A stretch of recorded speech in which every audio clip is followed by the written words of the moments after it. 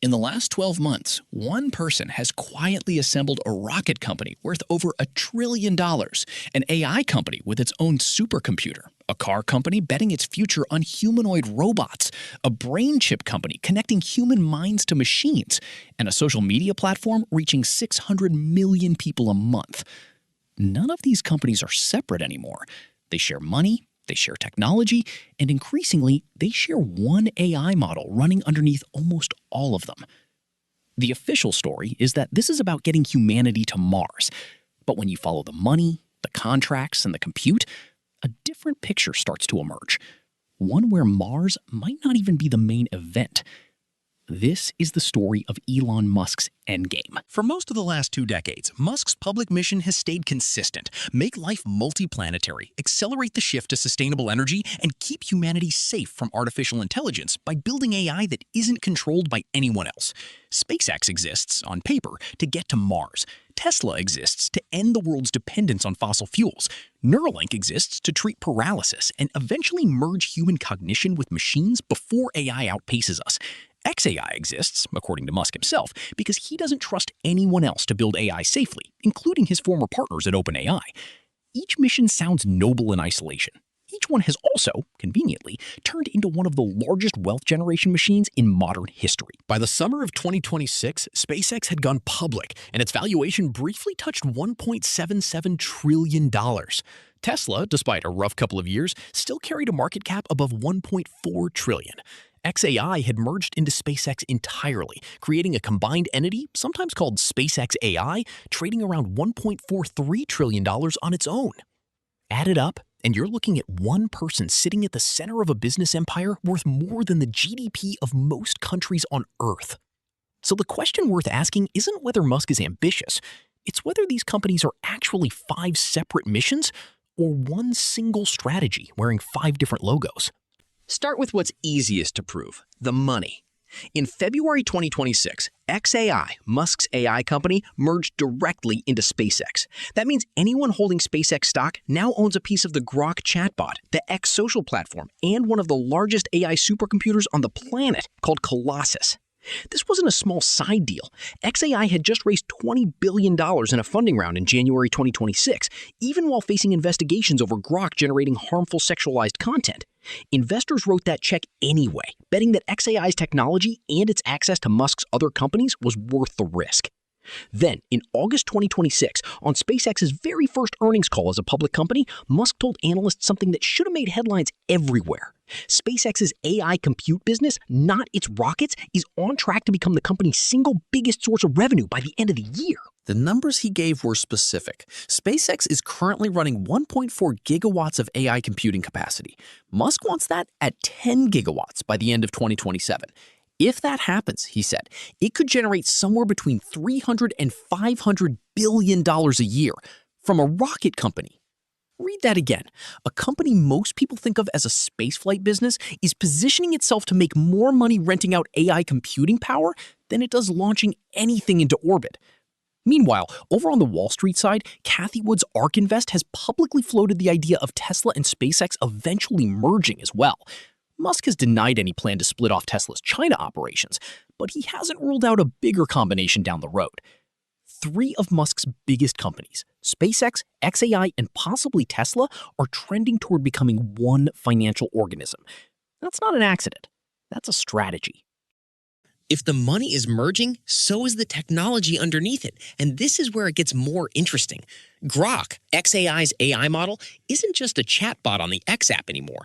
It's the voice assistant inside Tesla vehicles. It's being built into Optimus, Tesla's humanoid robot, to handle spoken commands.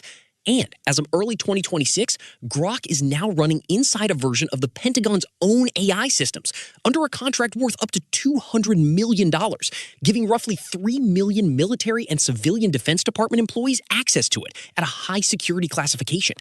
Think about what that means. The same AI model answering questions on your phone is also planning routes inside a self-driving Tesla, interpreting voice commands for a humanoid robot working in a factory, and now operating inside US government systems. That's not 5 different technologies being deployed by 5 different teams. That's one AI brain being distributed across every part of Musk's empire, consumer products, industrial robotics, and now national defense simultaneously. And there's a reason for that, beyond convenience. Every Tesla on the road, every Optimus robot in a factory, every conversation on X, and every Grok query is a source of real-world data. Data most AI companies would have to pay enormous amounts of money to generate artificially. Musk's companies are generating it for free, at massive scale, just by existing in people's daily lives. Some analysts believe that's the real purpose of Optimus, not just a robot that folds laundry or works a factory line, but a physical sensor platform, walking around collecting the kind of real-world training data that could make Grok smarter than anything OpenAI or Google can build purely from text on the internet. If that's true, the humanoid robot business isn't really a robotics business. It's an AI data collection business wearing a metal body. This is where the two competing narratives collide. Version 1, Elon Musk is building humanity's insurance policy, a backup plan on Mars in case Earth becomes unlivable, a form of AI that isn't controlled by a handful of unelected tech executives at OpenAI or Google, a robotic workforce that could end scarcity and let humans stop doing dangerous, repetitive labor. In this version, the fact that all these companies work together isn't sinister, it's efficient. Vertical integration in service of a mission bigger than any one industry. Version 2, Elon Musk has built the most powerful privately controlled infrastructure network in modern history. Space launch, satellite internet, AI compute, a major social media platform, a car company with a fleet of cameras on American roads, and now a brain-computer interface company literally wired into people's skulls. And no single government, court, or board of directors is positioned to meaningfully check any of it. That second version isn't just speculation. In May 2026, a jury ruled against Musk in his lawsuit against Sam Altman and OpenAI, the company Musk co-founded and later accused of abandoning its safety mission for profit. The jury didn't rule on whether Musk was right about OpenAI's motives. They ruled that his claims were too old to bring to court at all. It was a strange kind of ending. Musk had spent years publicly warning that concentrated, unaccountable control over advanced AI was dangerous, while simultaneously building his own concentrated, largely unaccountable AI empire through XAI, Grok, and now a merger with SpaceX. And Tesla's own shareholder structure makes the concentration point even sharper. Tesla's board has effectively given Musk near total control over the direction of the company, even as his public political statements, including widely criticized comments through 2025 and 2026, have been tied by industry analysts to significant stock drops and lost sales. One single trading day reportedly wiped out roughly $140 billion in Tesla's market value following backlash to his public remarks. A normal public company might have removed a CEO for that kind of brand damage. Tesla shareholders, by design, don't have that option. So whether you view Musk's empire as humanity's best shot at a multi-planetary AI-safe future, or as the largest unchecked consolidation of private power in modern history, both readings are supported by the same set of facts. That's what makes this story genuinely complicated, instead of a simple hero or villain narrative. Here's why this matters beyond one billionaire's business decisions. If SpaceX's AI compute bet works, and 10 gigawatts really does generate hundreds of billions of dollars a year, that revenue funds faster, cheaper access to space, which funds Mars ambitions that no government has been willing to pay for on this scale since the Apollo program. If Optimus succeeds at real industrial scale, and Tesla has stated ambitions of producing over 1 million units a year, compared to outside analyst projections of the entire humanoid robot market reaching only around 200,000 annual units by 2035, it could reshape manufacturing labor in the United States within this decade, for better or worse, faster than almost anyone in the industry is currently planning for. If Neuralink scales from its current 26 implanted patients toward the hundreds needed for regulatory approval, brain-computer interfaces could shift from an experimental medical treatment to something approaching a mainstream consumer technology, merging human cognition with AI systems in a way that's currently confined to research papers and science fiction.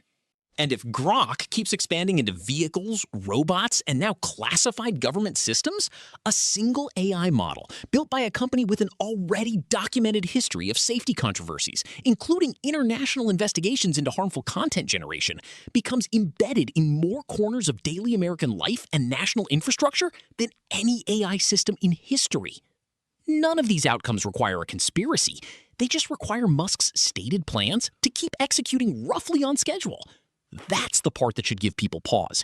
Not that something secret is happening, but that everything described here is already public, already funded, and already underway. Strip away the individual company names, and a pattern becomes clear. SpaceX gives Musk control of orbital access and satellite internet. Starlink gives him a direct communications network independent of any single country's infrastructure. Tesla gives him a manufacturing base capable of building millions of complex machines a year, plus a fleet of cameras and sensors on public roads generating real-world data every single day.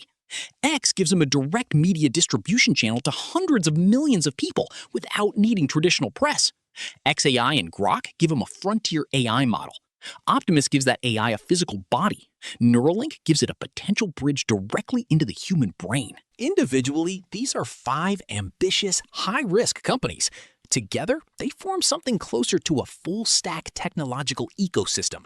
Compute, energy, manufacturing, communications, and now biology, all steering toward the same handful of decisions being made by the same person. Maybe that really is the fastest path to Mars and to an AI future humanity survives.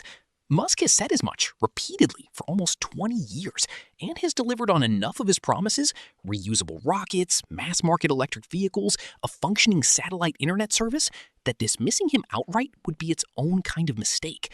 But fastest path to Mars and largest private concentration of technological power in history aren't mutually exclusive outcomes. They can both be true at the same time. And based on where the money, the contracts, and the technology are actually flowing in 2026, it increasingly looks like they are. The endgame might not be Mars, or AI safety, or market domination. It might be all three at once.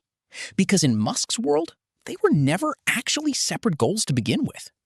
If you want to understand where any one piece of this empire is actually headed next, the AI race, the space race, or Tesla's robot gamble, that's exactly what this channel breaks down every week. Subscribe to keep tracking it as it unfolds.